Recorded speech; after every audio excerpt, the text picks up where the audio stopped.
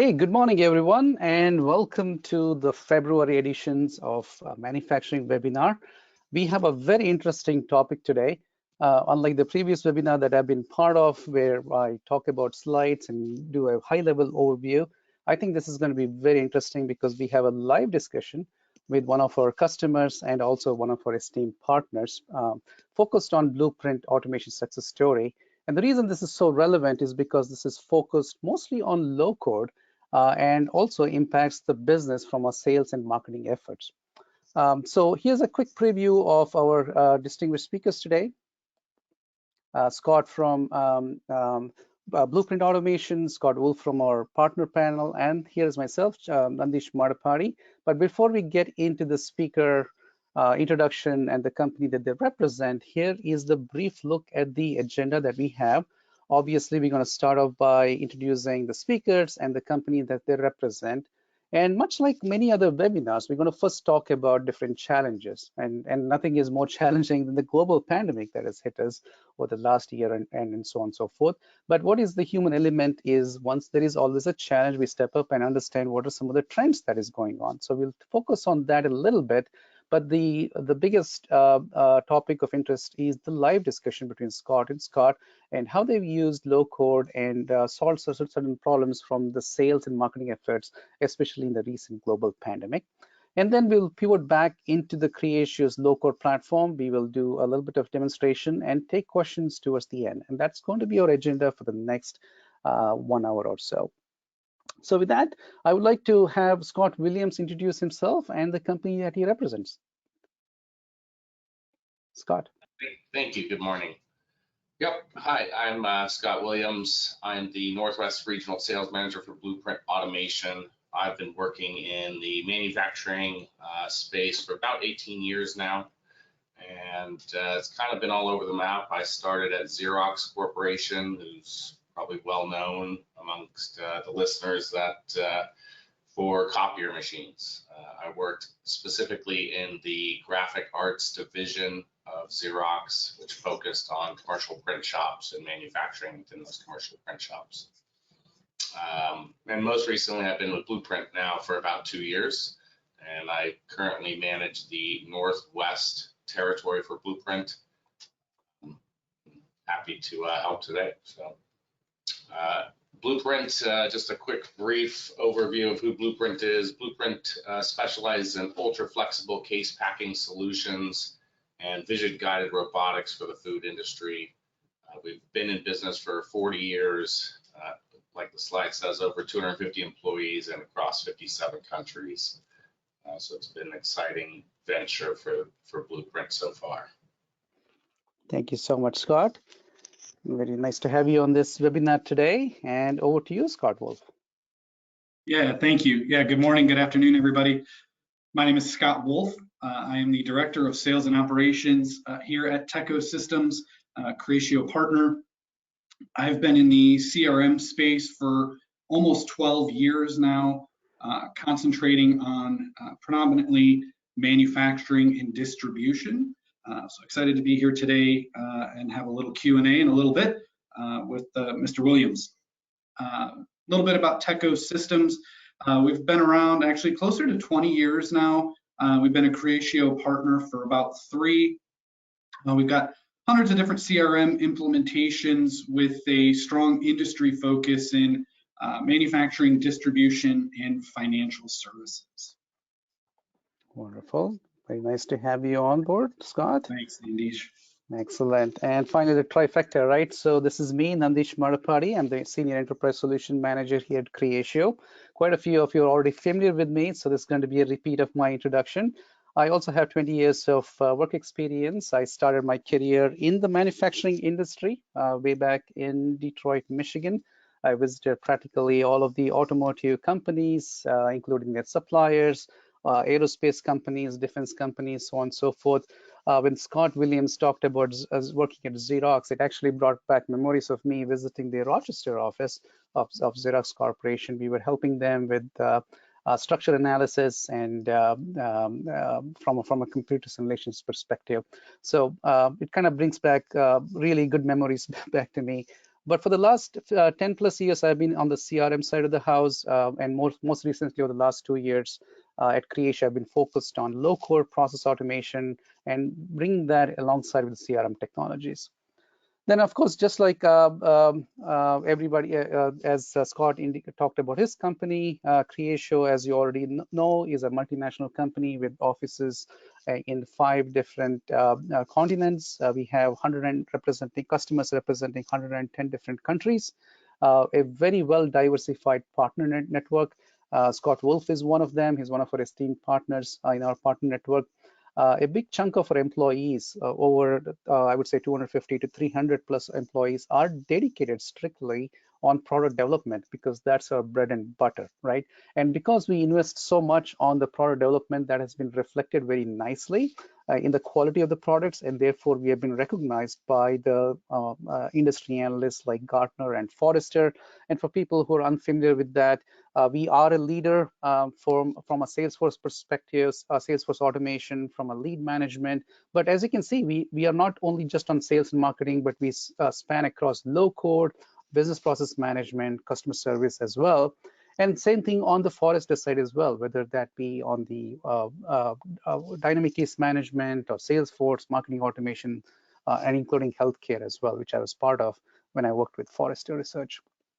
Now, the topic for today from an industry vertical is manufacturing industries, right? And nothing was more challenging than COVID-19 and the pandemic that resulted out of that. But what was that hit me on my face actually when I got the slides from my marketing team was the amount of people that is invested in that industry vertical and the amount of revenue that is associated with that vertical, right?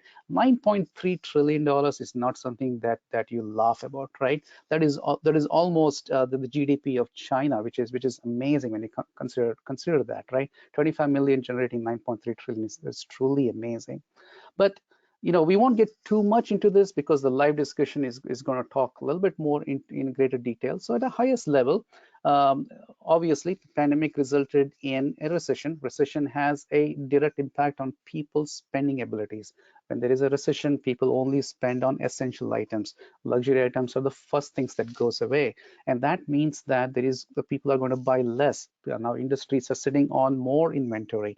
Now they have to come up with creative ways of generating new businesses, new sales. That is obviously, that means they have to cut people. They have to let go of people, operational efficiencies, right? Not being able to make great decisions because you have less data to work with.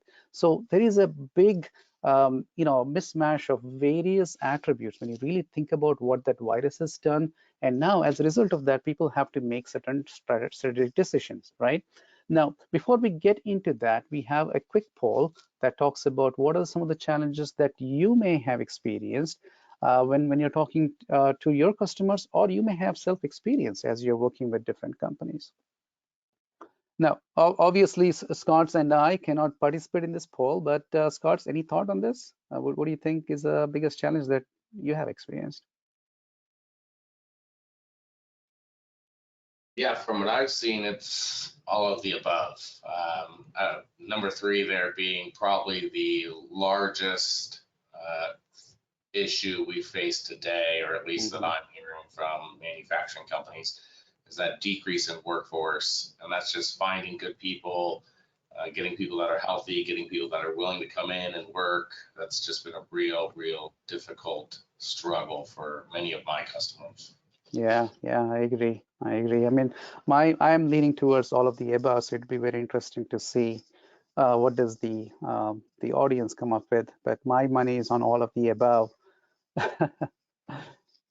All right, and I guess that is the winner there. All of the above, 67%. That is amazing. All right, so let's go back to the slides, please. Excellent. So basically what we are doing next is talking about trends, right? So I talked about the human element that cannot be ignored. So from a human element, anytime there is a challenge, people try to figure out a solution. We look for trends and then we try to figure out, hey, what can we do in here? Given the situations that we are in, can continue to do better business out of that, right? And one of the key things that you hear, and this is really a buzzword of late, is the word resiliency. Ever since Angela Duckworth went on TED Talks and talked about resiliency, That has become the new buzzword. Everybody talks about it from not only from an individual perspective, but also from an industry perspective. And that's what we are hearing. And that's what Manufacturing Global is also talking about, right? How do we make ourselves more operationally resilient, right? So it boils down to different priorities from the manufacturing leadership. We're talking about supply chain integrity, which Scott talked about, but from an operational perspective and operational efficiency and customer growth and customer retentions are equally important. And for us, especially coming from Creatio side, where we talk about CRM, and all our goal is to how can we help our customers come up with innovative ways, omni-channel, whatever that may be, to generate new leads, grow their existing customer base, upsell, cross-sell, all of that blends very nicely into the CRM part of it, right? And from a customer retention perspective, Creatio also offers service module that helps you retain the customers alongside with the SLAs that is associated with them.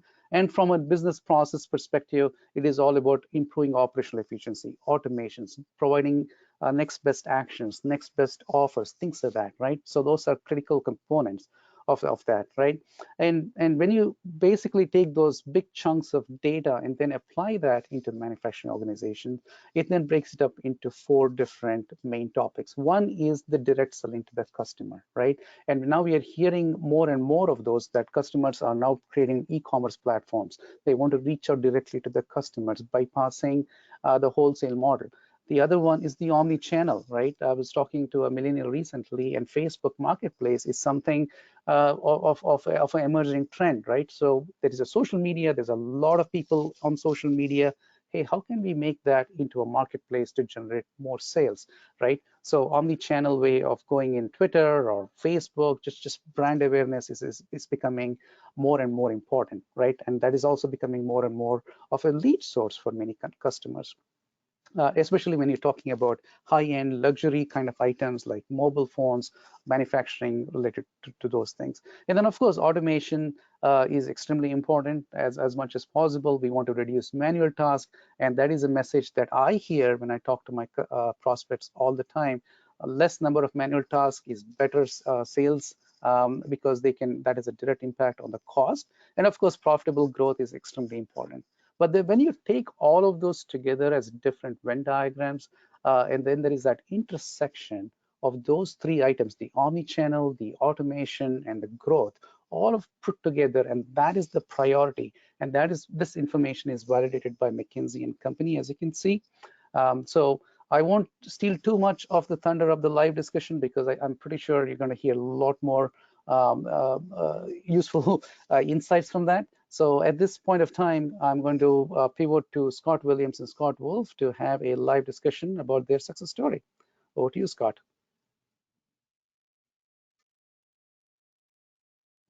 Awesome. Thanks, Nandish. And I'm sharing my video. There you are. Hey, Scott, good morning. Morning. How are you? All right.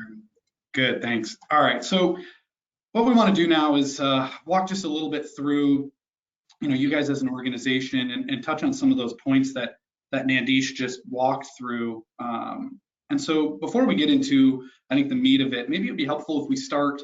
Tell me just a little bit about BluePrint. You touched on it in the intro, but maybe give the listeners just a little bit more of an overview of you guys.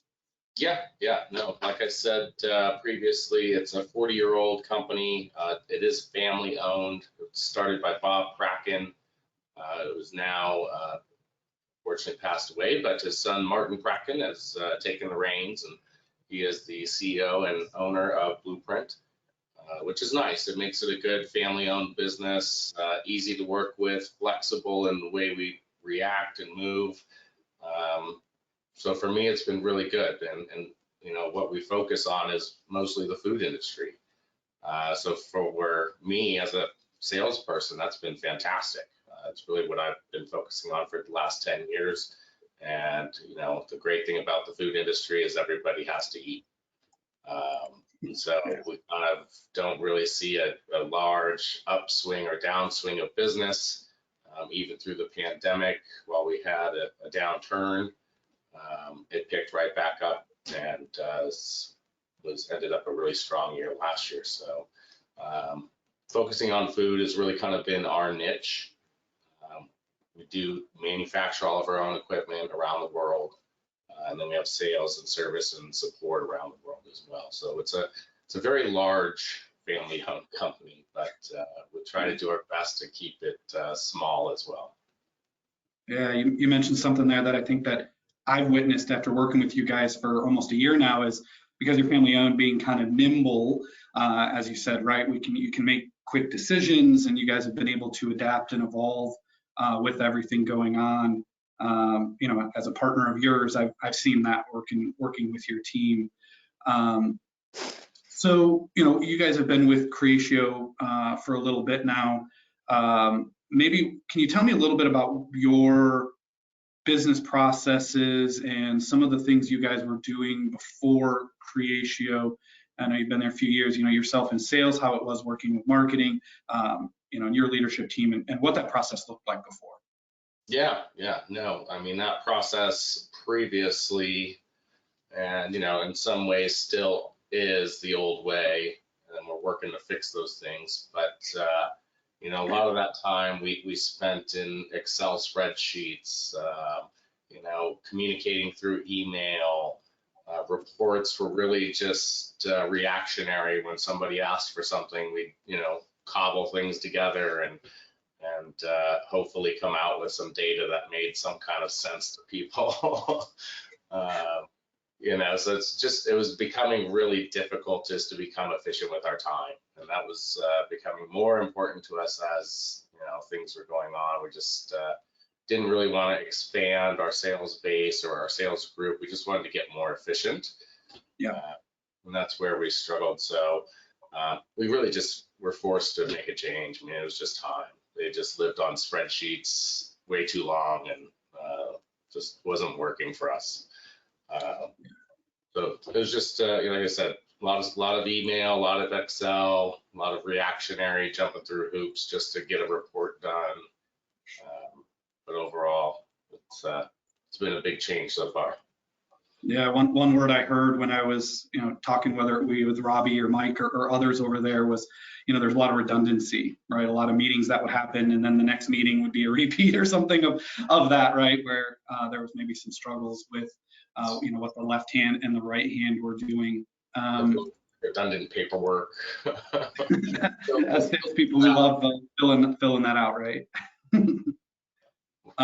So let's talk just a little bit about you know, your personal impact with COVID.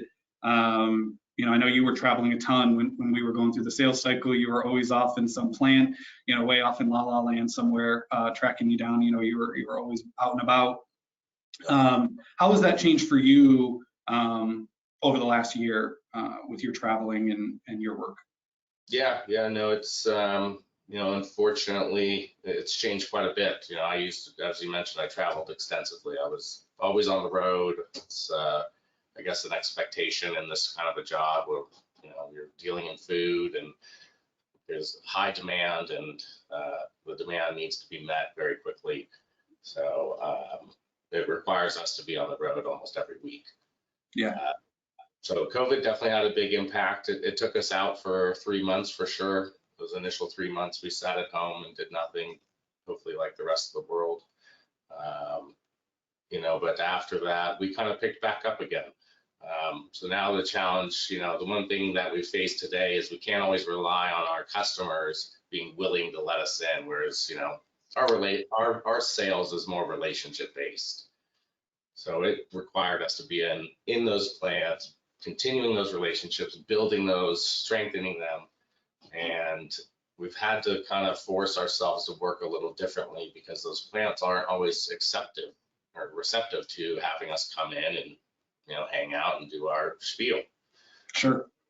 You know, so that's been probably the biggest challenge, is just making that change to spending more time in your office and more time in front of your computer, you know, more time in reporting an Excel spreadsheet. Yeah, and we'll get to that. I know you're getting pretty good at some reports in Creatio, and we'll touch on that in a minute. But what about, you know, Nandish had a couple slides that talked about some of the organizational impacts. You know, I'm a traveler myself, and I'm in the same boat.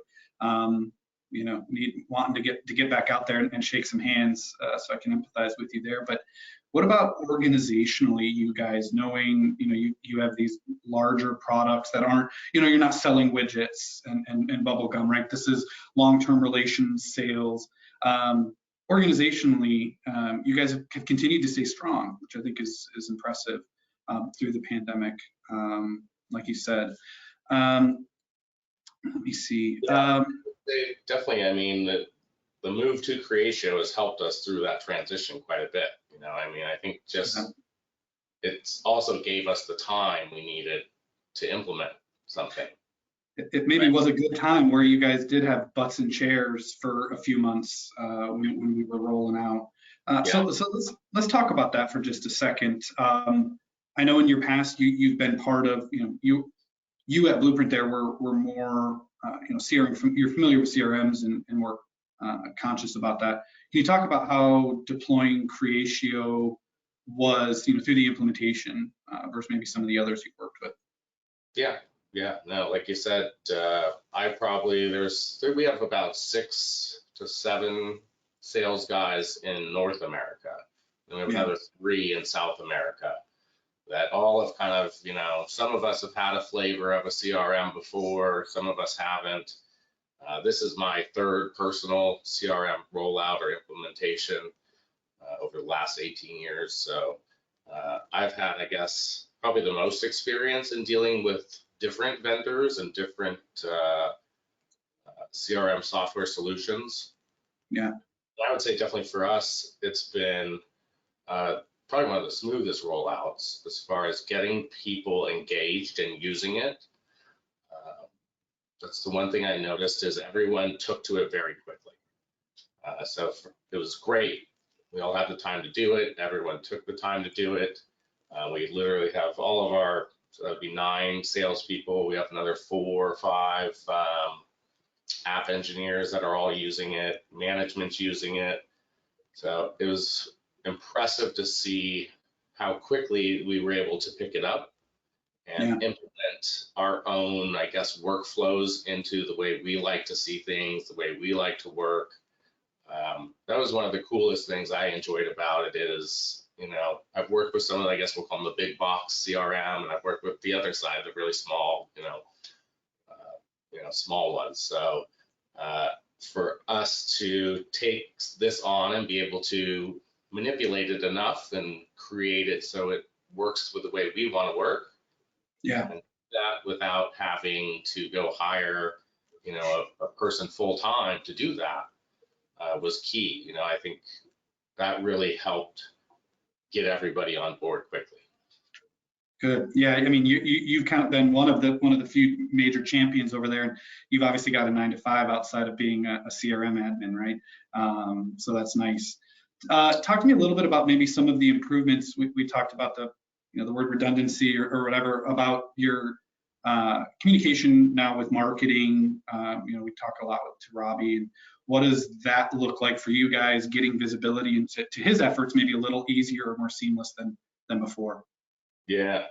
I mean, we could spend probably 20 minutes talking about the process before, but just to give everyone a picture, it was literally, we would go to a trade show, we'd get our lead sheets, we'd fill them out as we're talking to the customers, and it was just photos. I mean, they would take photos of these things and email them out. And it was just like, okay, here's your lead. There's no tracking to it. There's no information behind it. That's it. So it was kind of difficult, I guess, for us to target, market, and plan appropriately and get ourselves in a position to be in a place for success because we weren't really doing anything with the data. We were just, here you go, and hopefully somebody used it, and if they didn't, they didn't. Yeah. So it's a little bit of a challenge there. Disconnect previously. It's been nice now because you can just upload the data through Creatio. It literally auto-populates to all the right salespeople. And all we have to do internally is, as a sales guy, is log into Creatio. We see that we have open leads, and we can then start touching them and making contact and move them through a lead funnel, I guess we'll call it. Yep. And for us, it provides us a lot more back-end information. So now we know where we need to put our money going forward, right? Hey, we spent $50,000 on this trade show. We only sold one machine. Maybe it's not worth doing it anymore. Yeah. Yeah, So, that was really difficult, if possible at all, before maybe to get some of that analytics around marketing. yeah, that's one of Robbie's biggest frustrations. I mean, he would go into our leadership meetings and he just doesn't have an answer for them. Yeah. Yeah, actually, let's actually move to that leadership, because I think that's the other part, is some of the reporting. I know you've taken a key role in that, working within the dashboards and some of the printables and reports. Is the also output, right? You've got now the left and the right hand of sales and marketing working together, but you know, I know Rocco and some of the executives get in every day and look at the dashboards, and I know that's kind of been your baby a little bit, or you've taken a lead on that. So can you talk about, you know, maybe the ease of building some of those reports and dashboards and how that's helped you guys make better decisions? Yeah. No, I think that's probably one of the most powerful pieces to using the Creatio software for us is, you know, I don't want to put myself down, but I'm just a sales guy, you know. You know, so it's weird that I'm the one being the technical guy implementing dashboards and reports and all this fun stuff. But I enjoy it. It is not hard to learn. It's kind of WYSIWYG, I guess we'll call it. Yeah. What you get. So as you build it, the report populates and you can kind of see, you know, what that report's going to look like and break down to it. You know, and you kind of fine tune that over time, and it gets better over time. But I think that's been one of the cool parts about this. And I know Rocco and the executive team love not needing to hire somebody, right? It's not another salary. Yeah. You could have somebody like me doing it, which is good. That way, you know, I'm a little more intimate with the software anyway, because I use it daily. And so it's probably good to have somebody like me highly involved in building those reports. And I know from a time saving standpoint, I mean, just sales guys alone, it's, you know, just the dashboards and reports we've built already. I don't know, what are we, 6 months into this? Yeah. Right? It's saved us probably, I would say, 2 to 3 hours a week per sales guy. And management, that's probably, you know, 5 hours a week they're saving. Just to very quickly go and pull a forecast or go and pull, you know, an open leads report. I mean, just having that data at the touch of your fingers whenever you need it has been extremely helpful and time saving. And that's probably most important to all of us right now, is just being more efficient with our time, because it's getting tough to cram everything into a 8-10 hour day. Especially when we do get back on the road again and start traveling. And so let's talk about that kind of as my last question, I think, is, you know, when we were working with you guys, I was really excited because there was a lot of really cool stuff we were talking to you about to help improve some of these processes. And we're, I think, candidly kind of in the infancy with getting you guys on a centralized system with the improvements that we've discussed between sales and marketing and some reporting. But we've got some really cool stuff with the field service team, you know, for some field service management, some really great integrations into ADP. So when those guys are out in the field, I guess just high level, maybe talk about some of the future state stuff that you're excited for that you know, as we're growing with you guys. Right. Yeah. The list is long, to be honest. You know, first for us is definitely going to be, it's very focused on sales right now.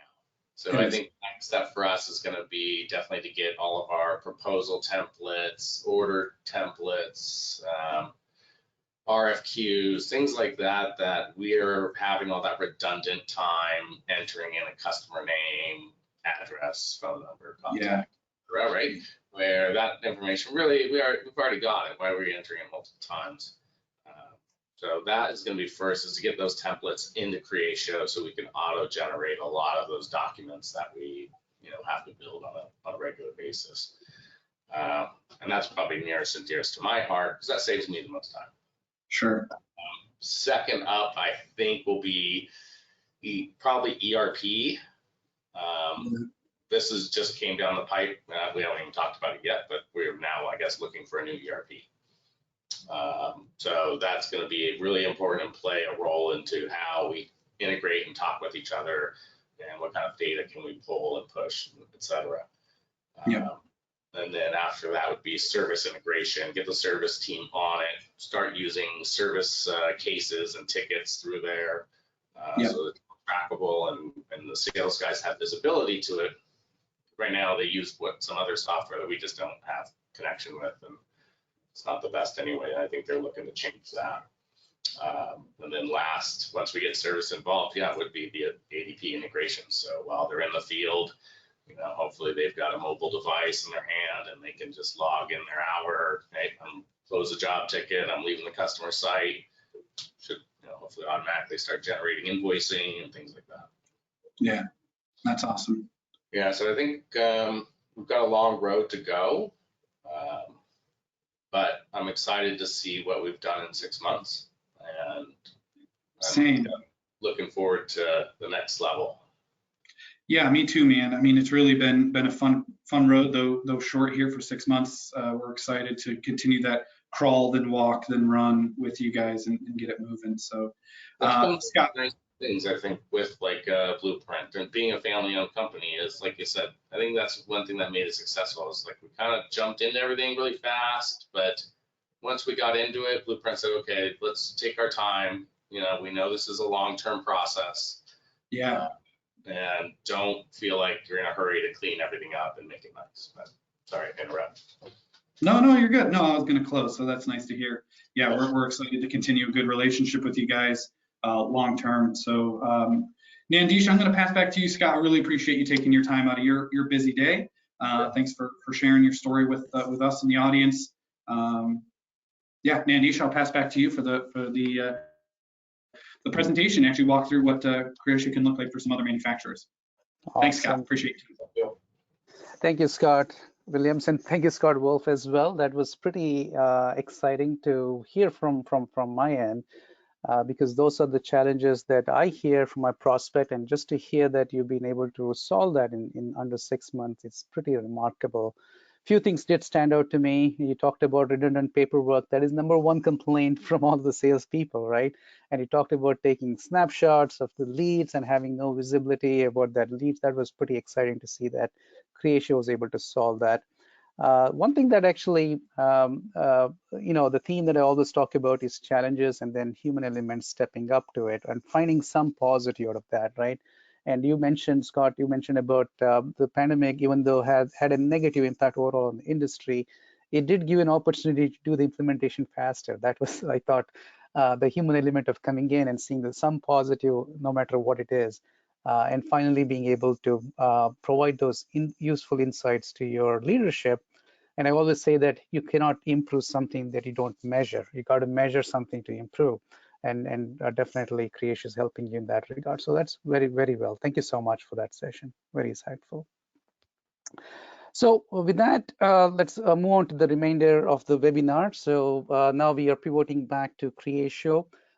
Scott indicated a lot about what they were able to accomplish. And let's take a look at it from a Creatio perspective as well.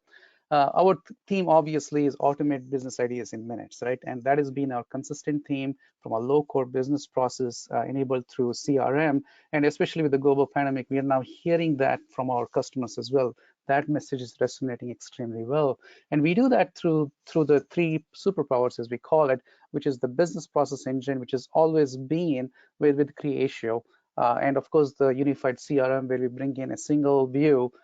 Towards the tail end of the live discussion, Scott Williams was talking about service automation, right? And they have no visibility currently to the service, even though he's from sales. And we're going to fix that using Creatio. Now, all of that is enabled through low code. And again, Scott indicated that he was able to do this being a salesperson without having, not a whole lot of software development experience. They were able to configure these things. Then that speaks to the superpowers. Now, for people who have seen the previous webinar, when we talk about from a life cycle of a prospect and existing customer, we talked about from lead to cash or lead to care. sometimes, right? So how do you take a lead, convert that into an opportunity through our marketing automation? How do you take an opportunity, go into an order management, including integrations with their ERP systems, order to cash management, and then obviously after sales support through customer service, field service, so on and so forth. But there's always the human element, right? Because ultimately there is salespeople, there are inside salespeople, there are legal. They also need to be onboarded nicely. They should be given sufficient details. So the corporate services is also considered as a part of the BPM for us, right? So we have a 360-degree view of the customers, suppliers, and partners, but there's also 360-degree view of the employees. Within each of that, then we can chunk it up into different things about how do you segment your customers, how do you provide a product catalog, either through Creatio or through integrations with your ERP system. And then each of them can be an independent business processes. And that's basically what it is. Now, at the end of it, you also get analytics and dashboards based upon data that is provided. And you can expose that to your direct sales and the channel sales as the case may be. So that's kind of giving you an architecture of how we expect Creatio to work on from manufacturing. So with this, we're going to pivot very quickly to a hands-on demonstrations. It's about 11:36, so we'll spend about 5-10 minutes on the demonstration. So let me go ahead and share my screen.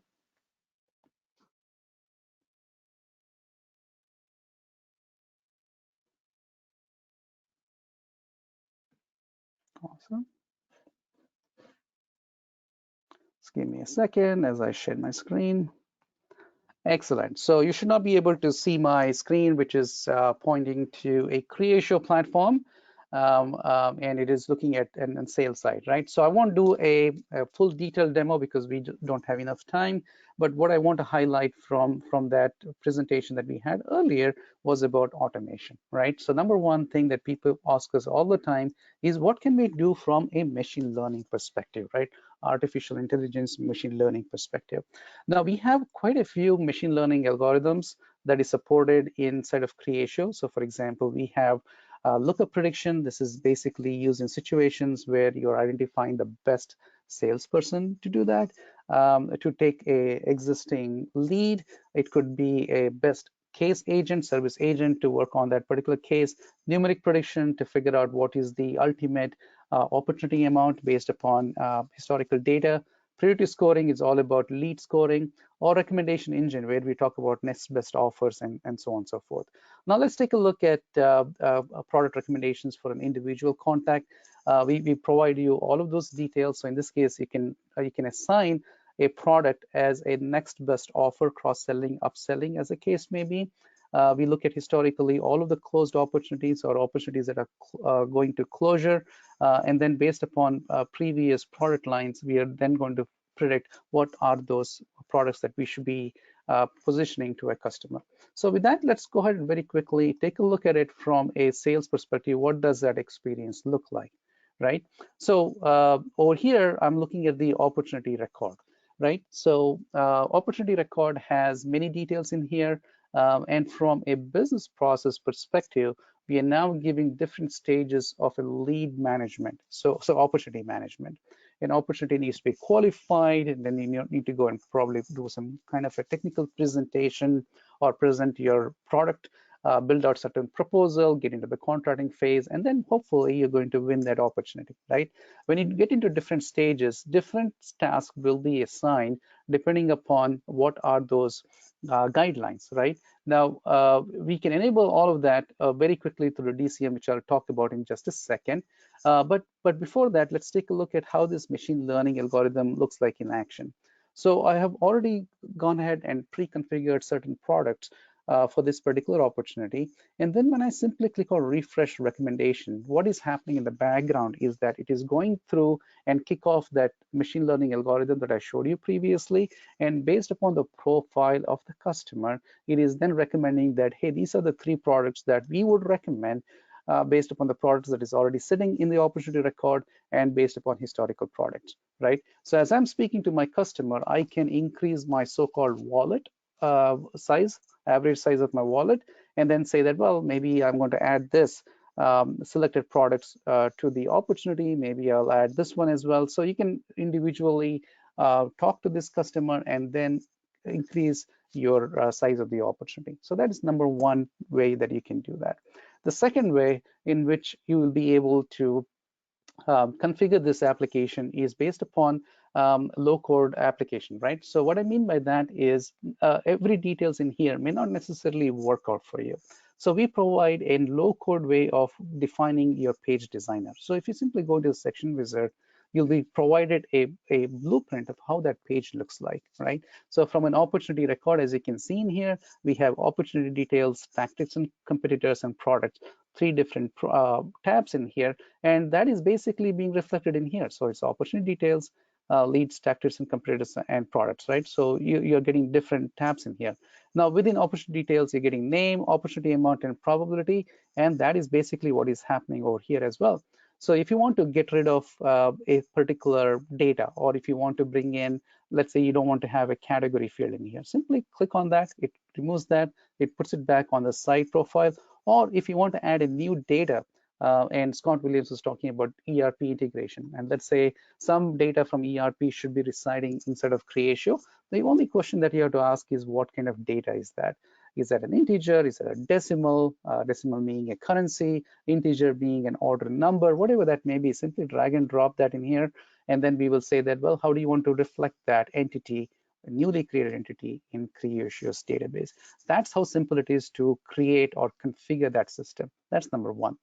That's from a low code perspective. The second way we can do low code is by giving people workflows. So you can see there's qualification, presentation, proposal, and of course I'm looking at it from a direct sales team. So we do case management. So basically what we have is different workflows. So if it is a direct sales team, I have one workflow going. If it is a partner, I may have a different workflow. It doesn't have to be that way. It can be dependent on different geography. It can be dependent on different product lines. So you can have different workflows for different attributes, and then we will populate that with the right one. But what is happening in the background is that we will then give you a simple way in which you can create these kinds of workflows in the qualification stage, presentation stage, proposal, and contracting. And as you go into these individual stages, these tasks will show up automatically. And that's basically what is happening. So underneath qualification presentation stage, that is basically what is happening in the background, right? And then if you want to make any changes to that, let's say if you want to move the formal proposal into the presentation stage, simply drag and drop that. It's that easy to make changes to it. Very simple drag and drop functionality. And of course, outside of simple task, we also allow you to send out, ask for approvals, send out emails, and so on and so forth. Now, this is what we call as an unstructured business process, which means that we are kind of giving a guideline to the people, to the salespeople, but then it's up to them to figure out whether they want to execute each of them or make a independent decision not to do everything. So in certain instances, maybe scheduling an internal dry runs during presentation stage might be helpful, but in certain instances where the customer is ready to buy, they already have seen this presentation, there is no reason to do that particular task. They can completely skip it, right? So that is called an unstructured business process. But in certain instances, a particular task is important and they must be executed in a sequenced way. So that is where we are actually calling a business process. And business process is again low code. So it's simply drag and drop. What I'm showing you in here is a very simple business process that says, okay, I'm going to read the existing opportunity. I'm going to read the existing products. Then I'm going to create a new opportunity and then copy whatever the product is into that newly created opportunity. And it's very simple, right? So if you simply click on that, a dialog box opens on the right-hand side, and I'll be able to simply populate information using whatever attributes that are in there, right? It's very straightforward. So let's go ahead and see how that looks like in the action. So right now I have Alpha Business 9. If I simply close that, you see nothing else on top of it. So let's go ahead and actually go ahead and execute that business process. Let's click on closed one. So when I go there, it's actually executing two business processes. Number one, it is going to create a renewal opportunity, number one. And number two, it is going to create a new lead for spare parts. And this is a very common thing that happens, especially in the manufacturing industry, when you're working on machinery, cars, automobiles, and so on and so forth, where things break down, right? So maybe parts break down and you have to create a new lead 6 months from down the line, 12 months down the line. So why not take advantage of business processes low code to do so. So currently you can see that my opportunity is scheduled to close today, 2021.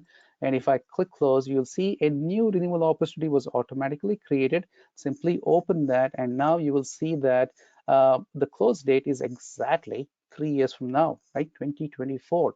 So that means we have automatically created a renewal opportunity. And of course, 2 months, 3 months before the time, we will be able to go ahead and execute a renewal kickoff to say that, hey, let's start renewal of that product or whatever that may be.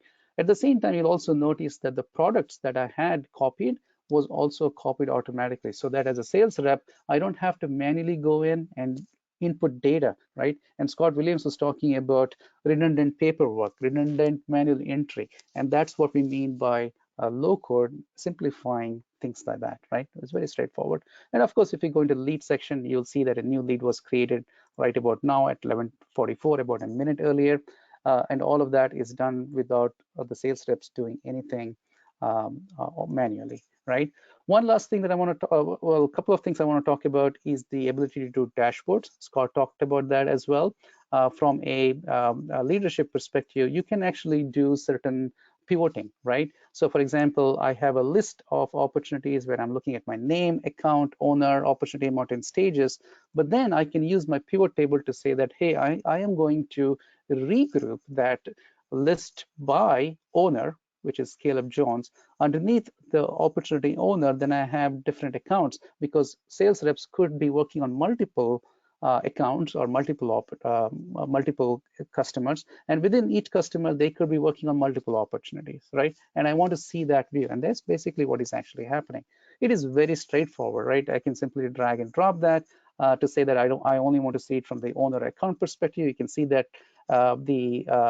it's now showing the Caleb and just the account name, but not the opportunity. But if I simply drag it or drop right down in here, it'll now do it by owner, the account, and then the opportunity information. So let's go ahead and see how that looks like.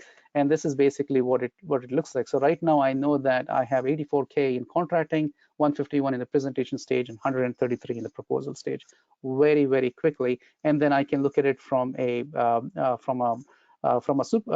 different sales rep perspective to say that Caleb Jones, for example, has 123K in proposal, whereas John Best has 81K already in the contracting stage. Very simple way of displaying data.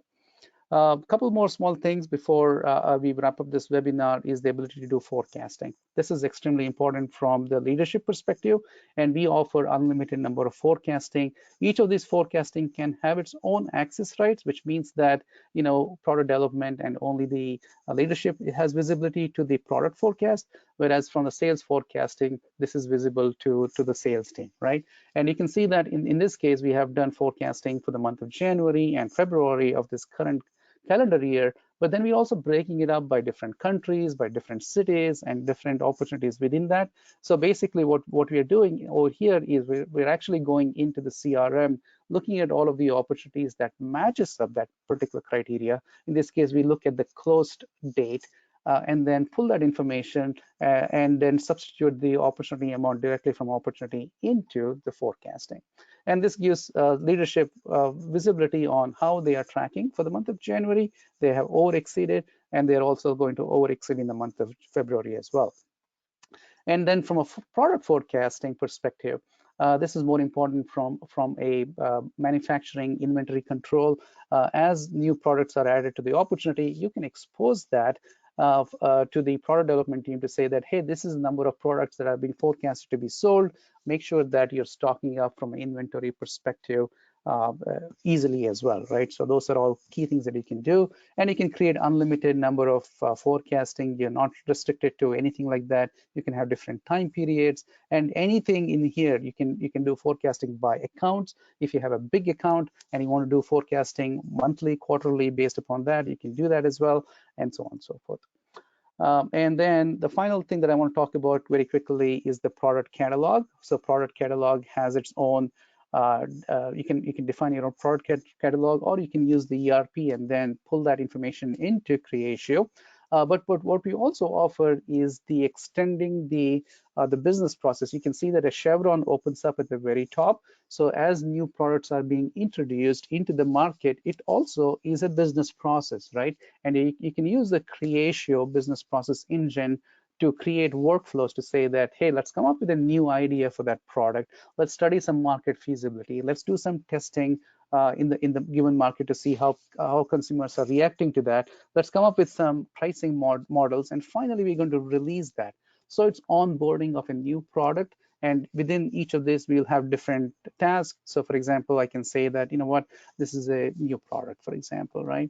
And if I click save, and then if I click on that, for example,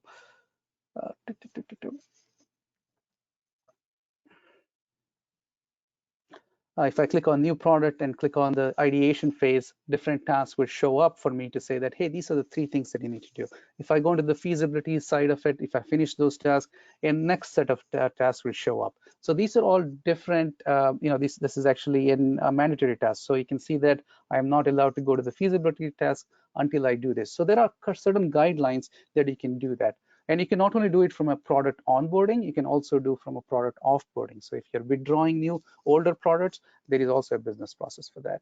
So that is basically what I wanted to show from a demo perspective very, very quickly. So you can have low code technology being used efficiently, whether that be in the sales process, whether that be in the dashboards, whether that be in introducing new product lines, projects, whatever that may be. So we are completely open about that, right? So with that, I'm going to stop sharing my screen and come over to take the next set of slides. And I think the next topic for us is a Q&A. And let's see if there's any questions in the chat window. And I can see that there is one, and I'll take the first one. Scott, I'll give one to you as well. Scott Wolf, that is. So the first question is, was it easy to learn how to use a low-code platform?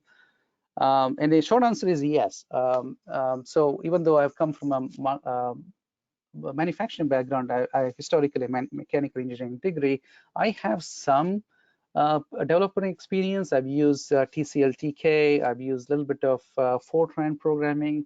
Way back in my college days, I've also used MATLAB, but nothing like a software development, right? I never developed an application or anything like that. So coming into Creatio and being able to very quickly create a custom object, being able to put in a workflow, and then being assigned different tasks to different people, that was very fast. I was able to pick it up within 2 to 3 months flat, and I was able to start becoming independent. So I don't see that as a big thing. In fact, if anything, low code platform is being used mainly target audiences are business users who are not full-time software developers, and they're self-sufficient, so they don't have to go to IT for every little thing. So that is basically the short answer of that. So Scott, I have another question for you. The question is, what steps do you recommend a business should take to properly implement a low-code solution? What to consider? Is there a cheat list? Ooh, that's a good question. Yeah, so obviously when you a lot of CRM implementations, they're the value you get out of it sometimes misconstrued as like a management reporting tool, I think, right? Often the decision to move forward with a CRM can come kind of from the top down. And we here at Techo Systems have seen a lot of benefit of almost the inverse of if it looks from the bottom up, meaning find the value that the end users are going to have and expose that to them, so that way the byproduct of them being more organized, maybe they can generate more quotes. We remove some of that redundancy that we talked about with Scott Williams. And then simply by them being in the system more often, they'll have the ability to give the reports to the executives that they would need. And so sometimes it's the carrot or the stick, right? Tell them to use the CRM or give them the value, and it's always better when you use the carrot.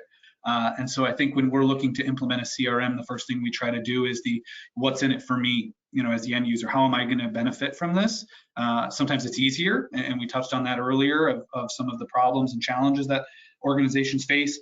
So I think, if you're looking to implement a CRM, the first thing you should do is get with the users and find out what pains they're facing, and then really what benefits they're going to gain by moving to a low-code system like Creatio. And then once they're in the system, those management reports and all the data will come because they'll be living and breathing in the system. Awesome. Thank you, Scott. That was an excellent answer.